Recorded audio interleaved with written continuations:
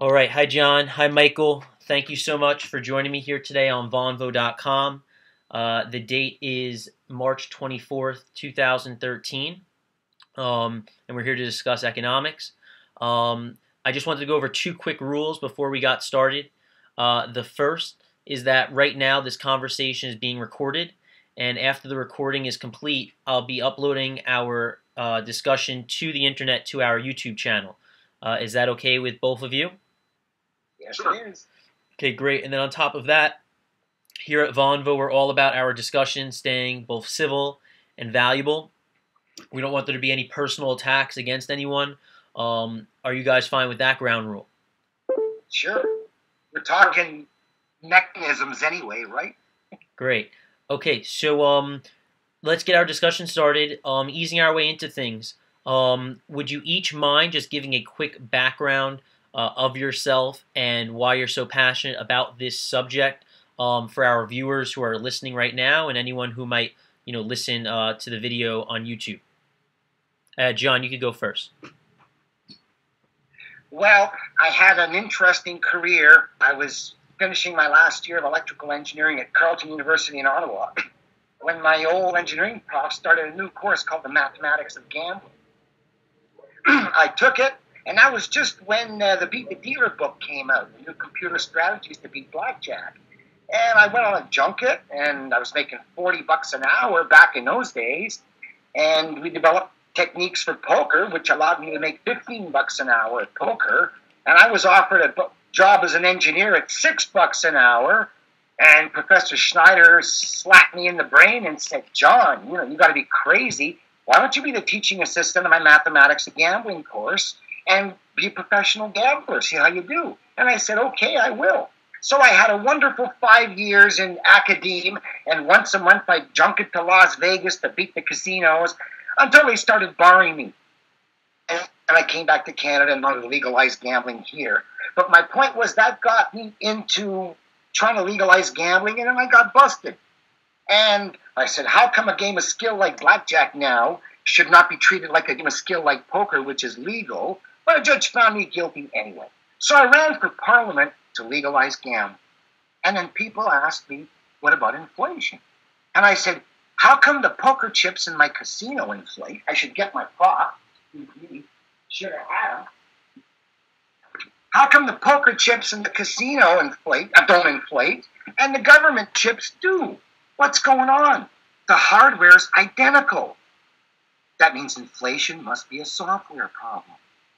Something wrong with how the chips go in and out of the bank. So I did an engineering analysis, and 40 days later I posed the question, what would an interest-free world look like? Because I've noticed the only difference between my chips that were issued into circulation and the government's chips that were issued into circulation was that we had to pay interest to use the government's chips. But they kept telling us these are piggy banks, these are people's savings, they deserve to get their interest. But then I looked into it, and I found out that the governor of the Bank of Canada in 1939 admitted that, of course, do not lend out depositors' funds. Each and every time a bank makes a loan, new bank credit is created, brand new money. So that means that they don't operate like a piggy bank, lending out depositors' funds. They operate like a casino bank, lending out new chips. And that's where new money comes from, when we borrow it from the bank. Now, why does everybody think that they work like piggy banks? Well, in the old days, they had to hide the creation of money. It isn't as admitted and known today in economics textbooks as then. It wasn't known at all. They had to hide it. So how do you hide the fact you're a casino bank issuing new chips? You make up a rule that says nobody can have any chips until someone deposits all chips at our bank, just like a piggy bank. That way, when the bankers say we can't lend until someone deposits, when someone deposits, the suckers think they're getting money, when in reality, they're turning on a new tap and they're issuing new chips, just like a casino. So, Cool. If we're dealing with a casino model that creates new chips when they make loans, now we got to deal with how interest works. John von Neumann, the man who wrote the book The Theory of Games and Economic Behavior, said a more important important questions arise in theory of games. So I did a little mortgage death gamble game to come up with the equations behind the inflation gate story at issue today. 10 guys put up their watch as collateral. They all borrowed 10 chips. They all promised to pay back 11. On another island, they all borrowed 10 liters of liquidity, promised to pay back 11. On another place, they all borrowed 10 Coke checks and promised to pay back 11. The point is, at the end of the game, only 9 guys got 11. The 10th guy gets squeezed out of his mortgage. Death gamble in French. Getting to the equation. Almost finished. One more minute. I stop now? Anyway, mortgage means that a certain number of guys get knocked out of the game. Well, we can come up with that equation. The amount of money issued was the principal. The amount of debt is P plus I. Little simple mathematics here. There it is. So there's the amount of money, and there's the amount of debt. Now, this ratio survived. 100 guys out of 110 made it. And guess what? The remainder, I over P plus I. They're the guys who get knocked out of the game. Well, you've seen this equation in Money and Debt and in Ziegfeld Addendum, but they never did the subtraction to come up with the number of guys who got knocked out of the game. Now, finally, to the equation under discussion here. There 'tis. Everybody got 100, but everybody owes 110. And at the end of the game, 9 guys get their watches back. Well, there are the ratios. 100 out of 110 survive, and a little bit at the top, 10 out of 110 that ain't there, they get knocked out of the game. Well, all economists teach shift A inflation and increase in the money, causing the loss, chasing the 10 watches. Right. Well, I've just shown you that inflation is not an increase in the money, chasing less. John, I've shown you it's the same money chasing less watches, shift B. John. So economics teaches shift A, and I teach shift B inflation. And all we got to do to fix inflation is make interest zero like poker chips. Now, obviously, you lost the train of thought there because you didn't wait for the conclusion. That's it. That's where the miracle equation comes from. It comes from that analysis with poker chips. Right. Great. And I definitely want to obviously cover more on that, but I want to just give obviously Michael a chance to introduce himself. Yeah, that's the base. You need that to now continue our discussion.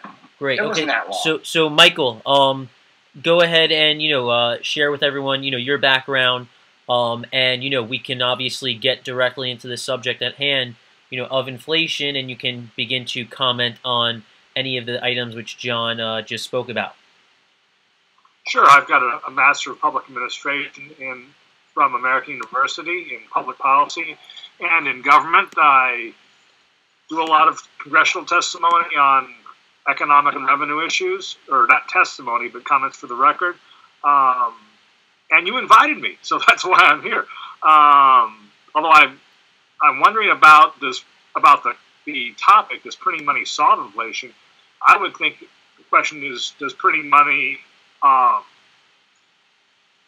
cause inflation, or does not printing money solve inflation? Because it would seem to be the other way. Now, there's 2 ways, right? Yeah. And interestingly enough, we had hyperinflation in the 1970s, or not hyperinflation, but it looked like inflation was out of control. And then Ronald Reagan came along and took Republican Senate with him, and enough conservative Democrats, and they cut back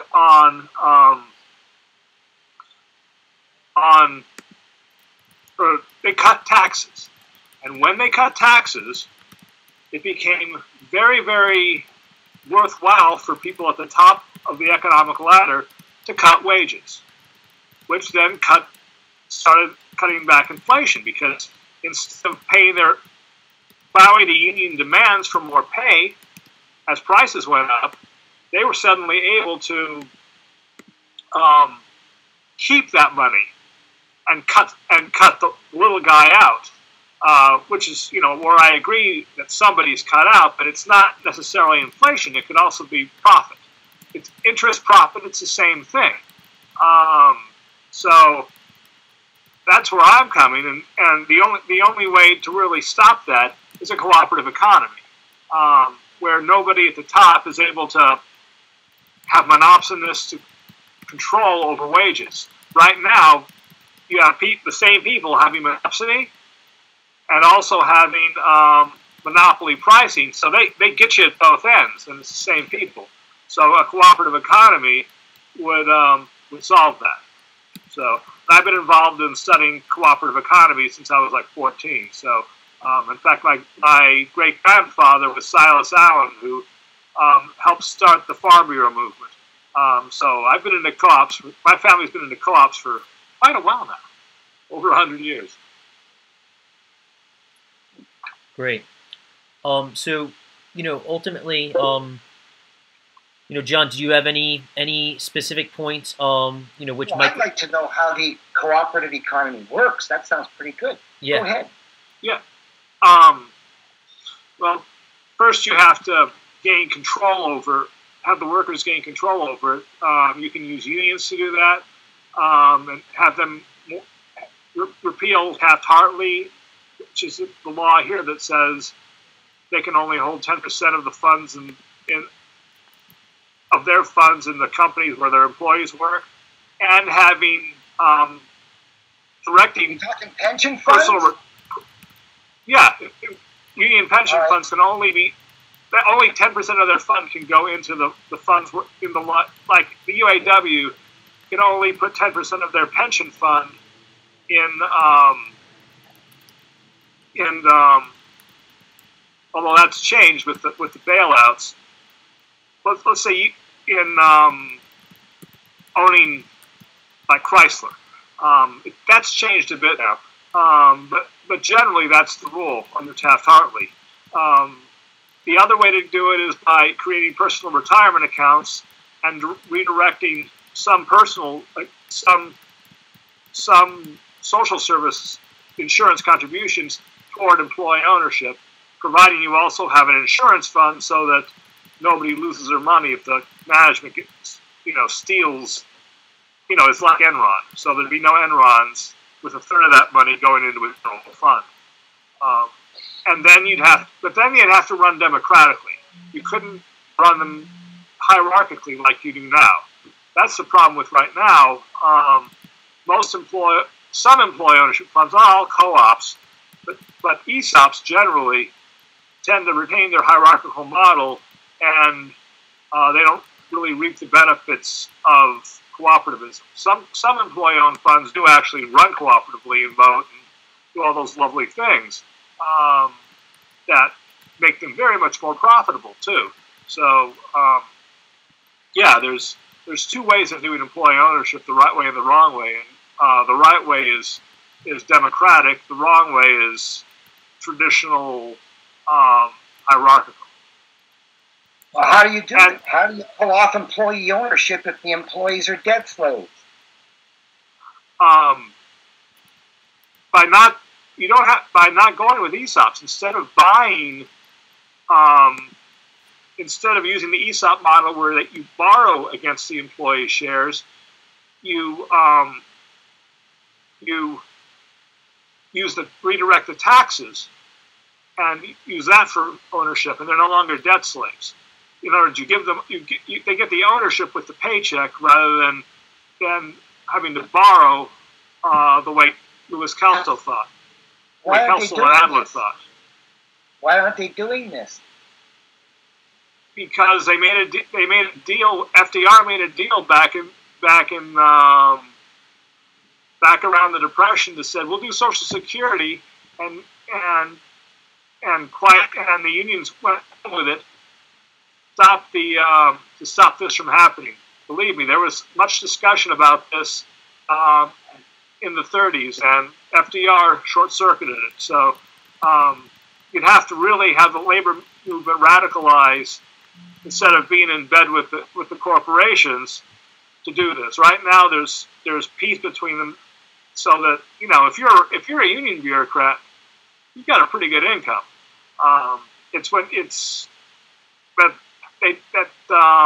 They basically screw their members out of what's possible. So You know, why they don't do that is the $30,000 question, and that would take care of the issue of printing much more, or the issue of inflation much more than printing money.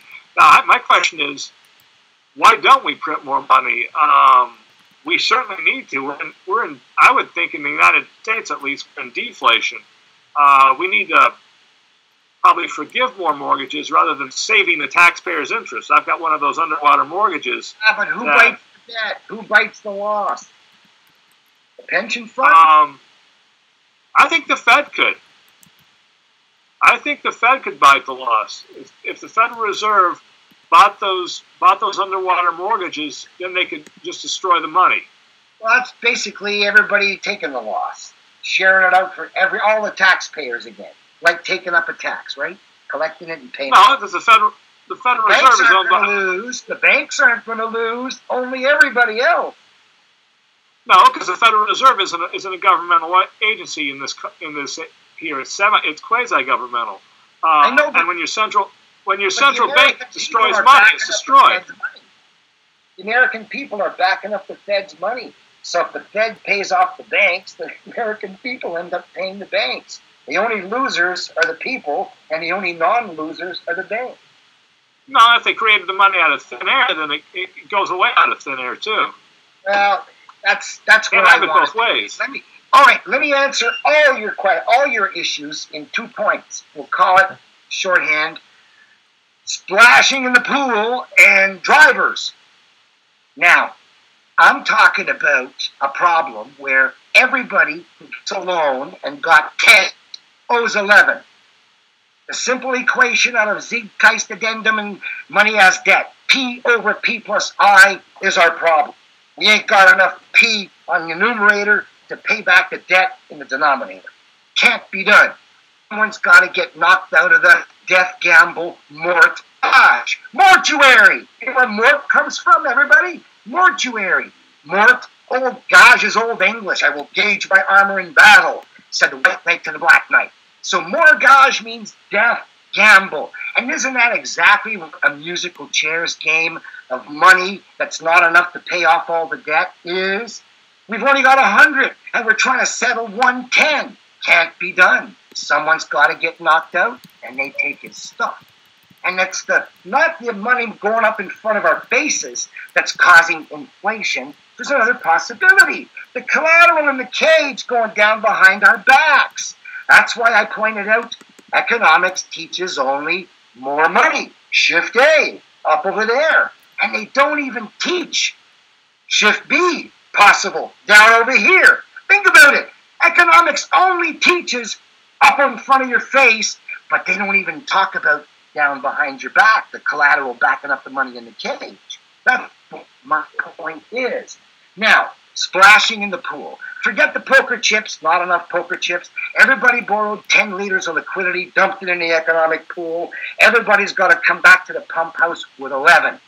Same problem, no amount of splashing in the pool between pension funds and taxing one to give to the other and Robin Hood taxes. They're all splashing in the pool and they cannot solve the insufficiency in the pump house.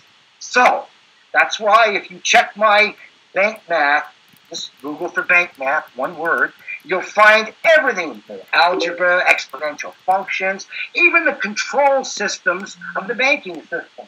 See that beauty up there at the top there? Maybe you don't. Yes, you do, right up there. That is the control system derived from the past transformation of the banking system.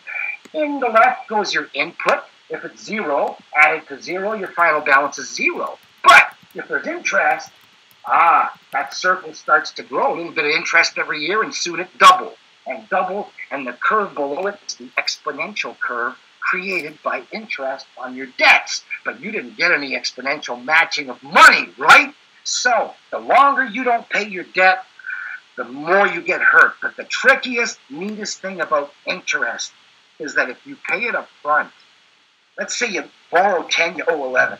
Well, if you give them back 1 right away and you earn it back before the end of the year, you can pay back the remaining 10.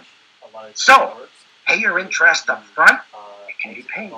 But leave it till the end, it's a debt gamble. How tricky, eh? And no one ever knows. So, my final point is that we got to run money like poker chips. Poker chips are a perfect model, and it's now being done. In 1984, I read about a time bank green dollar software in British Columbia, which was allowing people to exchange their credits. They all opened an account, they got a certain number of electronic poker chips, and that's what they paid each other with. It allowed single money. Now, time banks, everybody had to base their chips on an hour of labor. And some systems went to screw the national money, we'll just go straight hours of labor, like in Ithaca, New York. Except a doctor who might get an hour per hour work cleaning something on the weekend with his kid, can command 8 hours per hour in his surgery. So time banking lets a capitalist free market economy occur with everybody using their own chips. And the basis is a child hour. Every child starts getting his 1 hour per hour, and as he gets better, like Boy Scout badges, his rates go up in the free market because people will pay him more for better services he provides. That's what's coming someday, a completely free market. But now we're all stuck in a death gamble.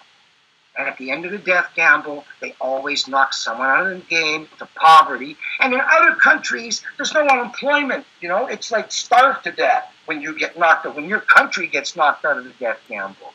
This is the cause of genocide in the planet for all of history.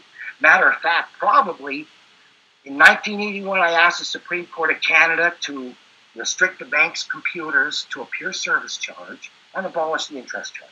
And that would have reprogrammed the Canadian system around the whole world to run like new poker chips.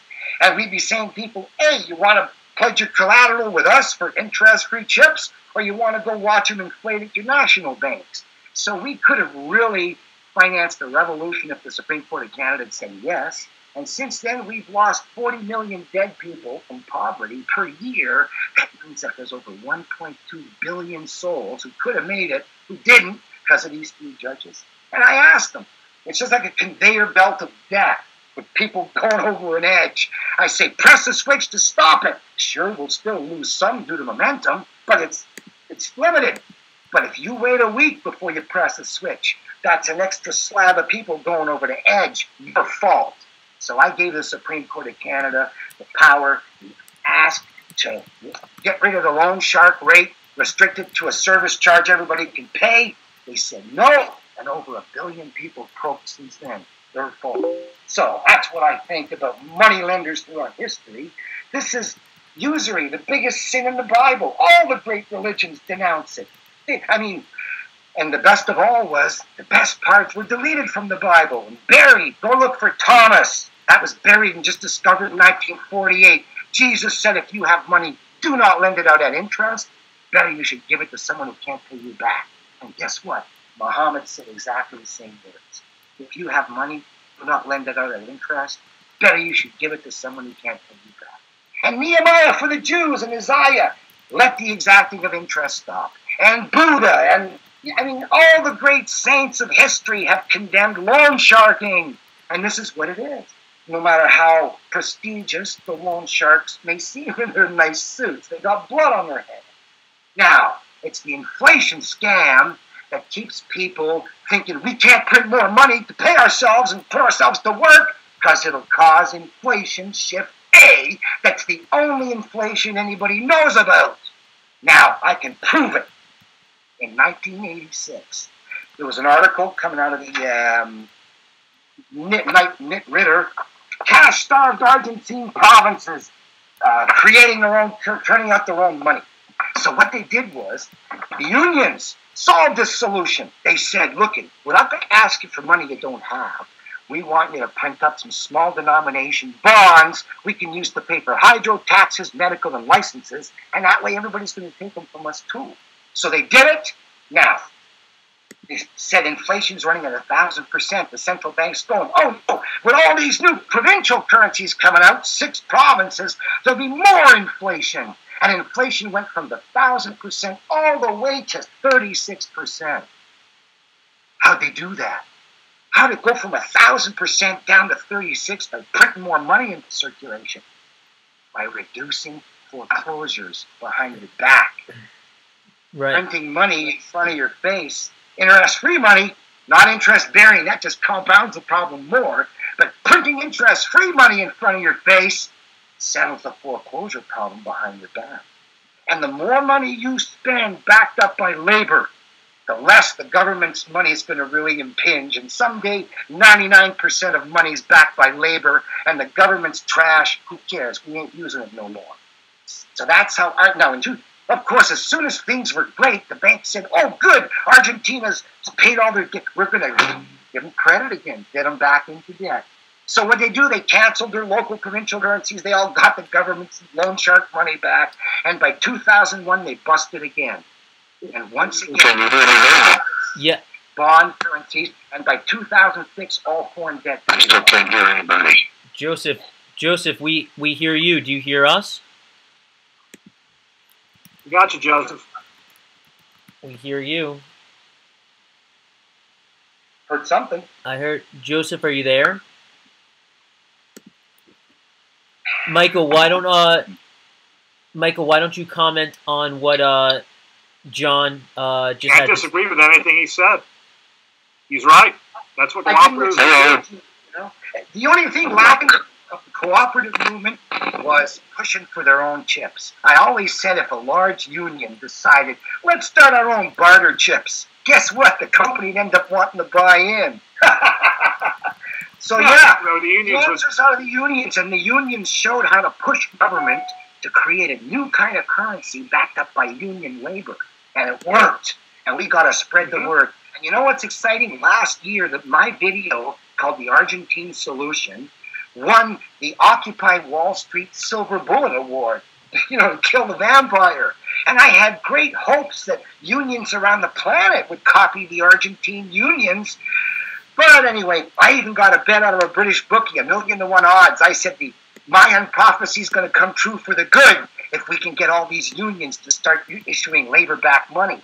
And of course, I lost my bet, but still, that was the highest odds they gave all year. So I'm a believer that it's as easy as a reprogramming of the bank's computers, or running by unions, or anyone starts their own local employment trading software, time bank. It's building up from the bottom. Great video out today by Bill Still, supports mountain hours. Wow! He's the top guy. He wants to fix the banks at the top. The government money at the top, and now he's pushing reform at the bottom. So we can build our local barter time-based networks until the unions join, and until the governments are then going to force to pay us with what we want too. So, yeah, it's a nice world coming if we can just get the word out to the... I can hear you now. Oh, the membership. Can you hear me? I can hear you all of a sudden. Yeah, Joseph. Yeah, turn your volume down. Okay. We finally got Joseph in here. All right. Missed a bit. All right. Yeah, you missed a little bit, Joseph. And Michael, Joseph, do you hear us okay now? Yes, I can hear you fine. Thanks. Okay, great. So, John and Michael, they've been discussing, the idea of inflation and where it comes from and how to fix it. And they're both pretty much in agreement. So maybe what might be a good idea is, since they're sort of both on the same side of the spectrum when it comes to this subject, perhaps would you mind giving us your take on the matter of inflation? Is that a real cause for concern presently? And here's sort of your background on the subject, and maybe a little bit of a background on yourself, and then we can take the discussion further from there once Michael and John know where you're coming from. Okay. Well, first of all, in terms of education, I'm a political scientist and have a PhD in that subject. During the last 3 or 4 years, I became extremely interested in fiscal policy and fiscal sustainability, in economics. And the approach I follow is the modern money theory approach. Economics. I've been practicing in the social sciences for a long time. I've been writing a long time, and my publications are very extensive. I've been in academia. I've also been in research and consulting. my most recent career, before the jaunt into economics, was in the knowledge management field, where I did consulting and training for roughly 12 years or so. Then I became very, very interested in what was going on in the political sphere, and so I went into the fiscal policy area. I found that a fascinating area to get into. Now, I've been doing more and more blogging and writing in this area, and recently I published a Kindle ebook called Fixing the Debt Without Breaking America. And you can find that, on Amazon. It's roughly a 50,000-word book, and it has lots of links to other pieces in it. And I hope it gives answers to our fiscal problems. Yeah, and I've tried to write the book so it would. Yeah, and Joseph, just quickly, could you, I don't know where your microphone is on your headset, but can you just move it a little bit further away from your mouth? Because I think it's just clogging it up a bit. Yes, I can. Okay, how's that? Yeah, I think that's a little bit better. Okay, I can so throw it away. How's that? A little more. A little more. Okay. That's about as far away as I can get it. Okay, that's fine. So continue where you were going, and then maybe just give your stance now on the actual on the subject. I know you're talking about modern monetary theory and whatnot. How does that all? Yes, right, and whatnot. Yes. Right. Okay, so how that relates to inflation? Well, we look at inflation as being of different kinds, and we normally distinguish between the demand-pull type of inflation and the cost-push type of inflation. It is possible for the government to cause demand-pull inflation, but we think it's not possible for that to happen until we're approaching or reaching full employment. So the fact that we're nowhere near full employment now would mean, from the standpoint of the approach that I follow, that we could still have inflation now, but it would be due to cost-push factors, to oil. Let's say, if we got the same kind of situation that we had in the 1970s, or to crunches in various commodity areas that could cause inflation. So if there is any danger of inflation right now, we would say that it comes in the supply push area, or the cost push area, and it does not come in the pull area. So we think there's plenty of space for deficit spending, and we also have a little bit of a wrinkle on deficit spending aspect of things. And also that wrinkle is that though we currently finance our deficit spending through the issuance of debt, debt instruments, we believe that that's not a necessary thing for us to do, that we could simply create the money we need to do deficit spending. And in that case, have any increase in the debt. In fact, if we created money to pay off our debt, we could actually get rid of the debt as it feels due without causing inflation. Bingo! I agree 100%. Oh, really? Yes, I do. Yeah, That's the whole topic of this discussion. Can I bring you up to date in 5 minutes? Sure. We're basically saying that well, you know, Dennis Kucinich's Bill 2990, right?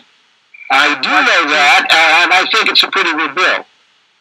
I do too. It would end the Fed and it would institute in greenbacks again new Treasury notes backed up by labor and infrastructure repair, right? Right, it would do that, and I think that would be a good thing to do. And basically creating money and paying people to back it up with labor is what that bill did. It's what Lincoln did. It's what U.S. Continentals did. King Henry I, he took a stick of wood, carved 10 pounds of gold, split it in two. He said, this is my 10 pounds of gold, here's my stub, and at tax time they better tally up. That's how he financed interest-free jobs. So I agree 100%, but we're explaining here why more people won't say what you just said, because they go, oh, that would cause inflation. But we're trying to explain that inflation can't be caused by labor-backed tokens. Okay? Now, we've gone into a discussion of an interesting alternative form of inflation than more money chasing the goods. We're considering the same money chasing less goods after foreclosure. So, while they say they want to raise interest rates to limit the creation of too much money, we realize the interest rates cost more foreclosure. So, our answer basically is to use our own interest-free, labor-backed tokens, whether they be issued by the government, a la Bill Still pushing Treasury greenbacks and Dennis Kucinich's Amy bill, or mountain hours and let's time banks from the bottom up. Because when Spain crashed last year, they went to 300 time banks in 6 months. And when Greece crashed the year before, they went to a bunch of time banks. Look for Bolos Thames. People have spare time to pledge as collateral, whether the bank be a government bank or our own bank. And of course, the bigger the network, the more places you can spend it, the better. I went to John. That's it. So that's how basically we want to print more money too and not borrow it from banks. Okay, I do want to add also that the MMT position with respect to interest rates from the Fed is, first of all, that the Fed controls the interest rates, and it can make those rates as low as possible so the market can't possibly drive interest rates unless the Fed would like it to. However, we also think, well, there are many of us, who think that what the Fed should do with respect to interest rates is to have a zero interest rate policy. Yeah. And to basically not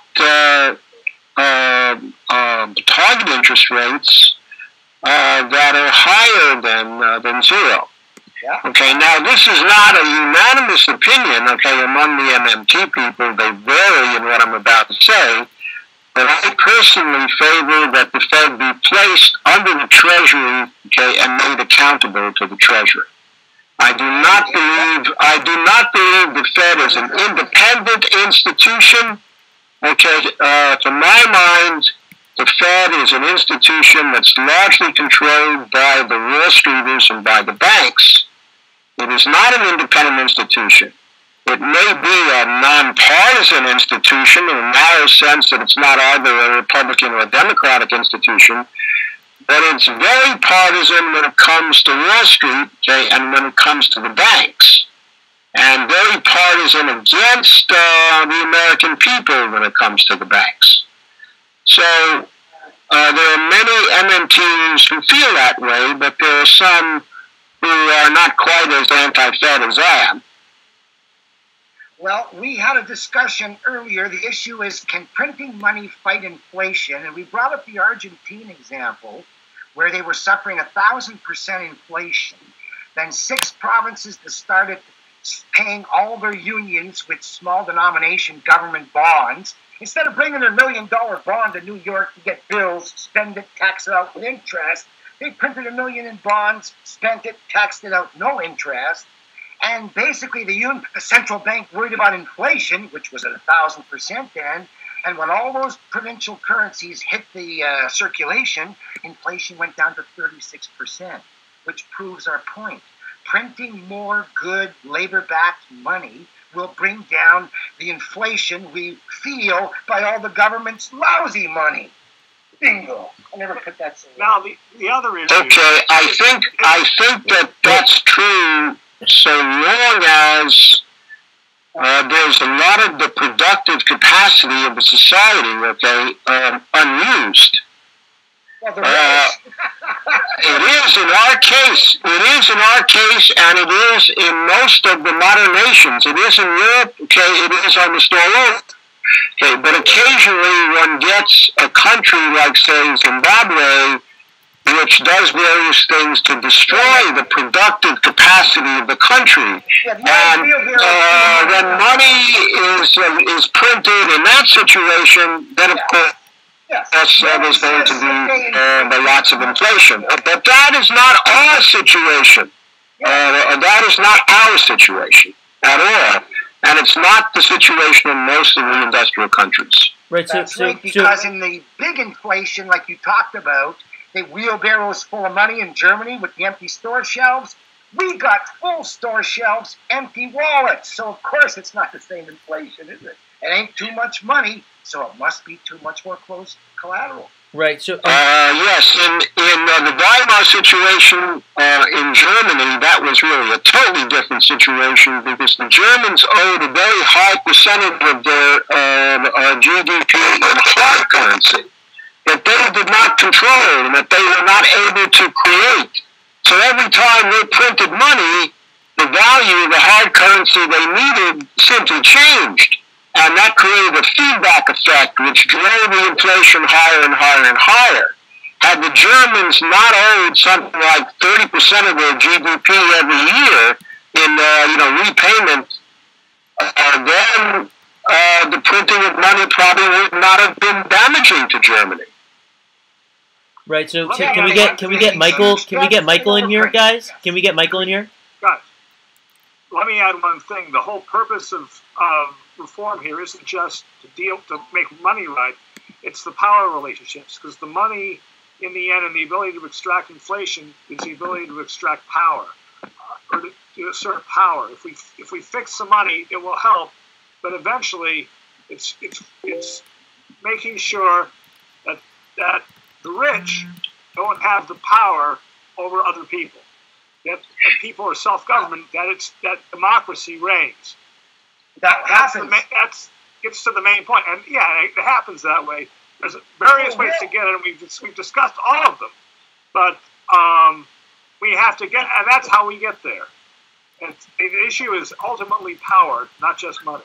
Right, and just quickly, John. Money takes away the power. John, quickly, Yes. Joseph, can you lower your volume because people are still hearing a little your volume too loud? Just lower put your mouse over your screen and just lower the volume with the little microphone tab. Let's discuss how giving. Okay, thanks. I can do that. Good. Let's discuss how giving everyone their own account, interest-free, changes power relationships. Right. Suddenly, John, there's been a few questions inside the text chat that people wanted to ask you about. Well, I want to answer Michael's point first, then we'll go there. Okay. Go ahead and answer it, and then let's get some of these questions inside the text chat that people are asking of you. Our relationships that you brought up. Okay, go ahead. And all the union members at Ford each have their own interest-free credit line, and it ain't just Mr. Ford who can go get a loan at a bank of new credit, but everybody. They can pool their credits together and buy out their owners. Okay? So once union members get their own PayPal at the Bank of Canada account, and settle all their mortgages interest-bearing, and after that all payments go against principal, they can also book up, buy out the owners, and become the owners of their own enterprise. The only thing stopping unions from owning their own enterprise is no credit, which only the master can get. But in a system where everybody's got credit, social credit, unions and people can band together, and no one can coerce them to work for one guy when they have access to the same resources now that only he used to. So they can get the wood, the nails, the stuff to build the house. They don't need Freddie the loan shark, head of the contracting company. It can be an engineer from now on. Or they can give shares. It's the same thing. Right? Or they can be paid with shares. It's the same thing. Instead of giving them credit, give them shares in the company. Exactly. As long as these shares are interest-free and they can act as a currency, sure. It's just the same thing as their own chips. You know, when Russia crashed in the 90s, 700 towns and provinces started issuing their own bond currencies like Argentina. Didn't know about that, eh? And 25,000 corporate currencies. Shell rubles, Coca-Cola rubles, McDonald's rubles, and they all worked. Go look for it. It just made the news last year. 25,000 corporate currencies, and let's face it, we could do that too. Wouldn't you take a McDonald's buck? I bet you already do. Well, there's something that I wouldn't be able to take a McDonald's buck for, and that's to pay my taxes. Well, the only thing I can pay my taxes with is the U.S. buck. Yeah, I know, but the point is someone won't be needing theirs if they're saving with McDonald's bucks, and they might be able to, everybody help the people who are stuck dealing with the big loan shark in Washington. Right? Well, I agree the loan sharks in Washington are a problem. That's why I would like to take the Fed, and place it in the Treasury. And I also agree with Mike that it's not simply the money factors we have to worry about, it's the power factors also. We have to do something about, not do something, but we have to equalize the power of big, in politics. I'll just think the little guy's bigger than the big guy.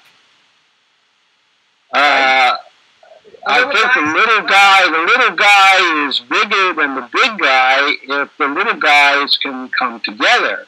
But the role of money in politics right now is to stop the little guys from being able to organize, by basically befuddling them, by telling them lies continuously, controlling the media, and befuddling them. And they do that very well. Here in the United States, they do that very well.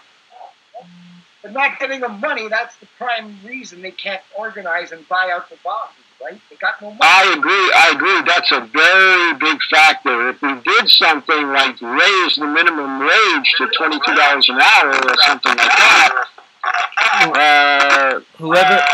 then small people would have a lot more money. Whoever just joined the room, can you click exit Vonvo? We have a little bug in the system. Can you click exit Vonvo? You're distorting the room. Can you click exit Vonvo, whoever just joined the room?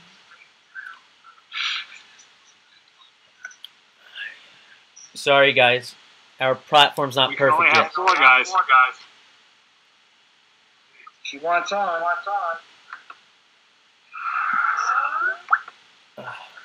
Okay. Guys, I'm going to leave the room just because the picture's all distorted. Although, do you see whose name this is? Whoever just joined the room, can you click exit Vonvo, please? And come back. Yeah. Guys, carry on with your discussion. Just because the room's all distorted, I'm going to exit the room so that it goes back to normal, okay? Okay, thanks. So basically,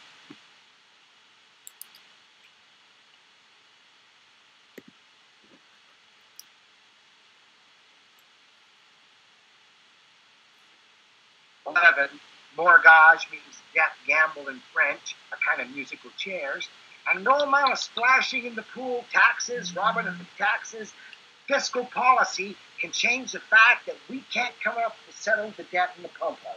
110. Yeah, I was watching the Financial Services Committee oversight, and they said all this debt's owed to the taxpayers. We can't forgive any of it.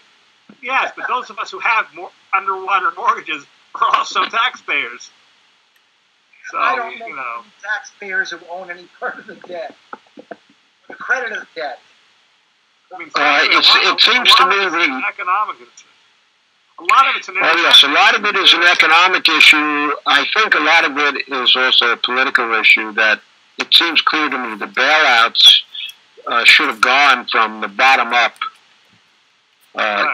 instead of trying a top-down bailout. Okay, the top-down bailout, as usual, never trickled down.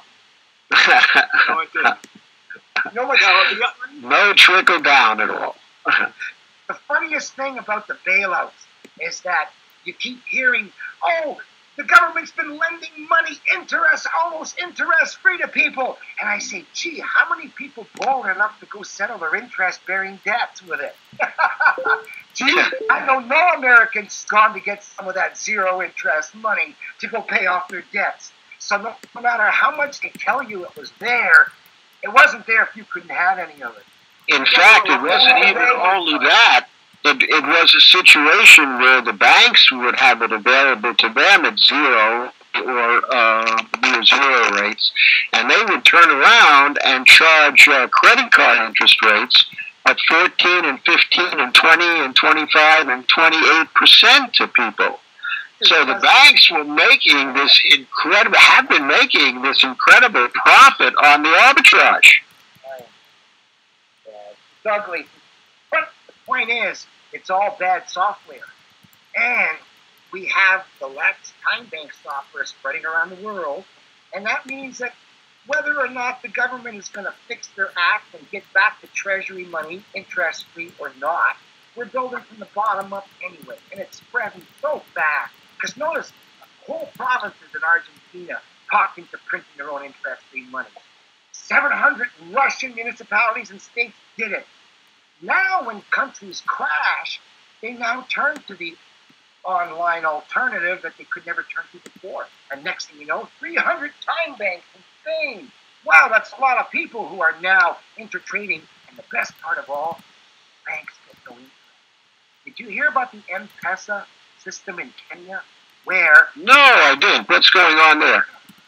What happens is, these are people who don't have any bank accounts because they don't have any assets, okay? But they all got a cell phone. So M-Pesa said, we will let you transfer minutes from your account to the butcher's account in your mama's village if you'd like. And every transaction done with M-Pesa, and it's making big news on the underground media. Go look about it. It's Safaricom, and it's M-Pesa, the name of the money. And basically, it's people text trading their cell phone minutes around, and the banks get no interest. Isn't that wonderful? I love to report every time a new time bank or Let's or any kind of alternate currency comes on. I put on my Facebook, banksters get no more interest. But that's the best example. Now, why can't we use our text phone or transfer our minutes from our cell phone? I think we can. I think we can, can't we? They won't let us yet because we still got collateral they want to call. Okay, speaking of what they will let us do and not let us do, of course, the things we would like to do with respect to having Treasury create money when it has to deficit spend can't be done because we have to have the Congress take action. However, maybe not. There is one thing which the president authorized right now, which the Treasury can do, and that is to create a platinum coin or coins, okay, of arbitrary face value. Yes. Okay, and much of my book is about the possibility of doing what it would mean for the United States. Well, they can also just say that. It's King Henry's They could also just say that big corporation, here's $1 trillion chip. Now use your currency to pay everybody. There's also the possibility of saying that the net interest or that the debt limit's unconstitutional and leave it at that. But the powers be don't want that to happen. They're afraid of it. But if they said yes, it is possible, okay, but it seems to me that the debt ceiling isn't really unconstitutional. And the reason why it's not unconstitutional is even with the debt ceiling, it's possible for the United States to pay its debts. There are two methods, okay, by which it can do so. One method is using seigniorage, platinum coin seigniorage. Okay, the way that works is you basically take the platinum coins, you bring it over to the Federal Reserve. Those are legal tender, and so the Federal Reserve has to accept the coins and credit the Treasury spending account. Interest free. Right. So if you bring over a 60T coin to the Federal Reserve, it has to put 60T in the Treasury spending account. That 60T can be used to pay off the debt as it falls due or to do deficit spending. Okay? No interest involved on the money, no more debt issuance. So therefore, the government of the United States no longer would have to pay interest to foreign governments and to wealthy individuals. Okay? That would be very likely to help the economic inequality in this country over a period of time. It isn't really good to issue debt. Yes, it can be done indefinitely, in fact. Okay? There are no barriers because the federal government can keep on issuing debt always. Okay? However, it isn't a good thing to do for political reasons and also for reasons of inequality.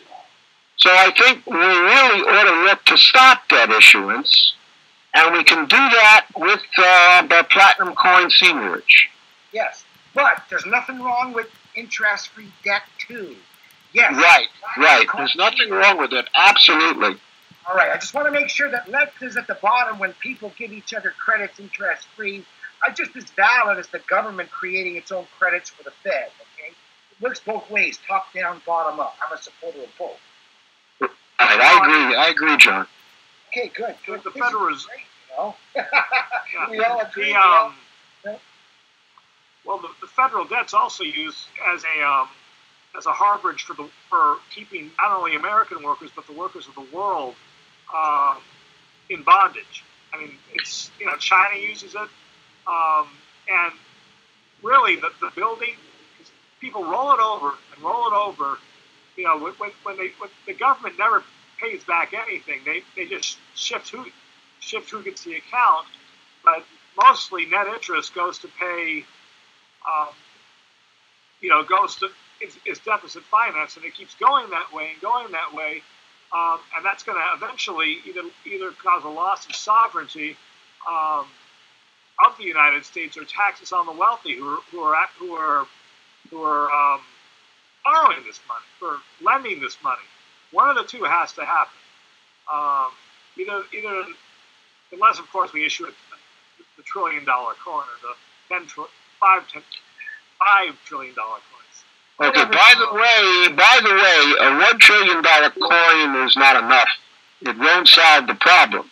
Okay. The problem is austerity politics, and these people saying that the United States can't afford to do this or do that or do other things it needs to solve the problems we have. Okay. Because of inflation is the reason they always use. If we print more money for paychecks, there'll be more inflation. And we're trying to say it works the other way around. Yeah, right. But if we put the 60T coin in the Treasury spending account, then it's not going to cause inflation. The reason why it's not going to cause inflation is because, first of all, $6.4 trillion of that would immediately be used to pay back government agencies and to pay back the Fed. And they're not going to spend that money anyway, so it's not going to cause inflation. And the rest of it can be gradually used to pay off the debt, and that's not going to cause inflation. And the reason for that is that the debt instruments are more inflationary than the reserves banks, because debt instruments can be leveraged 3 or 4 times over, and the private banks can create money in that kind of context, and they do create money all the time in that kind of context. So the point is, I say the national debt can be settled all at once. I don't see that, and there's only one reason why I don't see that. Okay. First of all, the United States owns a lot of timber, land, licenses, powers. If they were to simply issue their own 5 trillion or 6.4 trillion in chips and say that we're backing it up with the resources of our nation and settled all the interest-bearing paper. All they've done is replace the interest-bearing paper with interest-free paper. Nothing changed in the actual debt situation except the future debt service situation. Yes, that's right. That land that was owned by Indian tribes. Like imagine a PayPal at the Bank of Canada where you log on and instead of a Visa to buy in, you pledge 100 hours of labor or whatever. Now you cut enough checks to settle your interest-bearing debts, and after that, all payments go into country. So it's a lot of that land, though, is held in trust by Indian tribes, though, so you could really do some of that. Well, we could actually pay them what they're finally worth for having stolen it in the first place if we got enough money. That's true. Yeah. So, no, it would enough be good, valid, labor-backed money. Every debt we have to stiff people on can be corrected, I think, right? Yes, I think that the money is really, in the end, it's backed by labor, by productivity, and by the real wealth, okay, that we make. It has nothing, in fact, to do with the paper money, okay, or with the reserves, with the created money, okay, or the printed money. That stuff is just a medium of exchange. It's a way to deal with each other, but it's not the real wealth. So as long as the real wealth is there, then we can produce a lot more money if we needed to get things going. That's it. Yep. My first political poem, 2 lines. Why represent our wealth or collateral with their chips for a fee when we can represent our wealth with our own chips for free? I don't know. I don't know why we don't simply do that. Because the guys at the top are bought by the loan sharks, and that's our problem. I know. The loan sharks have corrupted our rulers, and that's why it's important that we work both ends. Build the time banking at the bottom, people getting off their system, no more interest going to the banks, while as we get stronger, we keep hitting them at the top, pushing for legislative and government reform. So they're losing their power. The banks are crashing in our nation, and they're already gone in Kenya. And they will be here too. So I think it's a last gasp, taking as much wealth as they can grab before the world's fixed. But then, once the UNILETS comes in and all the unions got their credit lines, they're going to be able to start buying it back from the rich who can't use it no more. And we won't even have to expropriate. We can just shame them. Sir, why do you need those 50 trucks when you can't drive them anymore? And I've got these 40 kids here who want to get out there and run their own businesses. You really need to keep those 50 trucks away from the kids, sir. It's a different ethos, and that's why I don't. But the rich, I wanted to tell a story about the stupid rich. Here's their problem. They got $100, and if they put it in the bank, they get 120. Except the whole bankroll depreciated. They're still back with the same 100 potatoes. But government took 10 out of their 20, and they only got 110, which now buys them 95 potatoes. So the rich man, by getting interest, then being knocked with inflation and taxes, ends up a net loser when the rich man, no interest and no taxes, could have broken even. That's sucked into wanting interest. Oh, and I got a video called Satan's Usury or God's Dividend.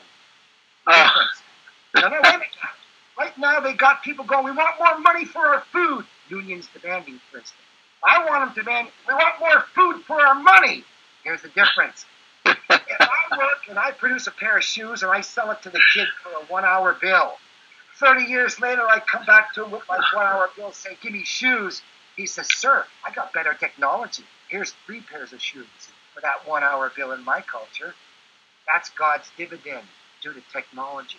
So instead of putting your faith in wanting more money for your food, you should be fighting for more food for your money. And you get that by lending your money interest-free.